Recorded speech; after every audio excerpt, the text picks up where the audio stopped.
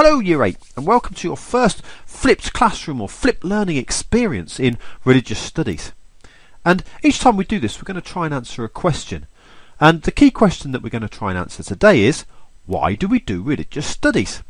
Now, many people in the country might argue that we do religious studies because most people in our society believe in God.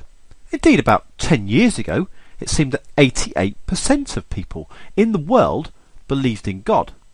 But that's on a decline. Actually, believing in God is on a decline, because in the year 2000, just 5 years before then, 96% of people seemingly in the world believed in God. Now, certain things happened in those 5 years that made people question his existence, and that drop might be because of that. And we haven't really got any figures at the moment to see how many people 10 years nearly later believe in God. But it's interesting to note that still 95% of all people in America believe in God. Now that's different from people in the UK. In a recent poll, only 49% of people in the UK believed in God. Now the important thing is, however, is that those people in the UK do actually play a role in society. So the first reason why we do religious studies is many people believe in God. And the second one is because we're going to go out into that society and we're going to work with people who follow a religion. And because of that, because we're going to work with people who follow a religion, it's a good idea to understand that religion and belief in God often affects people's actions. It makes them do things in a particular way, to dress in a particular way, or to go and do particular tasks, i.e. church on a Sunday, in a particular way. And that might be not what we're used to. So it's quite a good idea to understand why some people actually do that.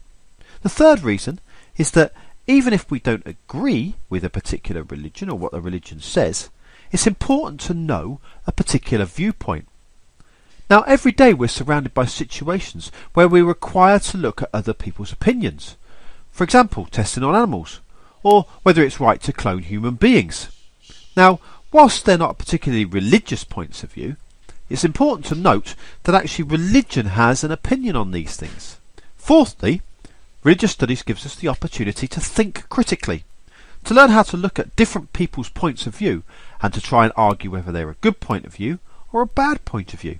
And that could go right the way from asking big questions like, does God exist, or is there life on other planets, to other things about whether it's right or not to have certain medical procedures happen, like should we test on animals so that human beings can actually get better in the future.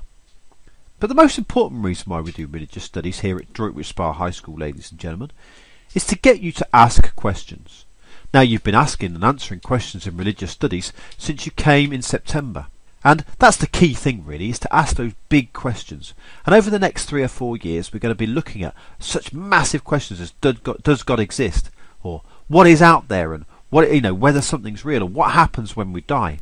And we're also going to look at ethical questions, like whether it's right or wrong to test on animals. And these are the key kind of ideas to look at not only what we think, but also what other people think. And if we can actually do that, then we can truly form our own opinions and ultimately answer the question that I will keep putting forward to you this year: what do you think?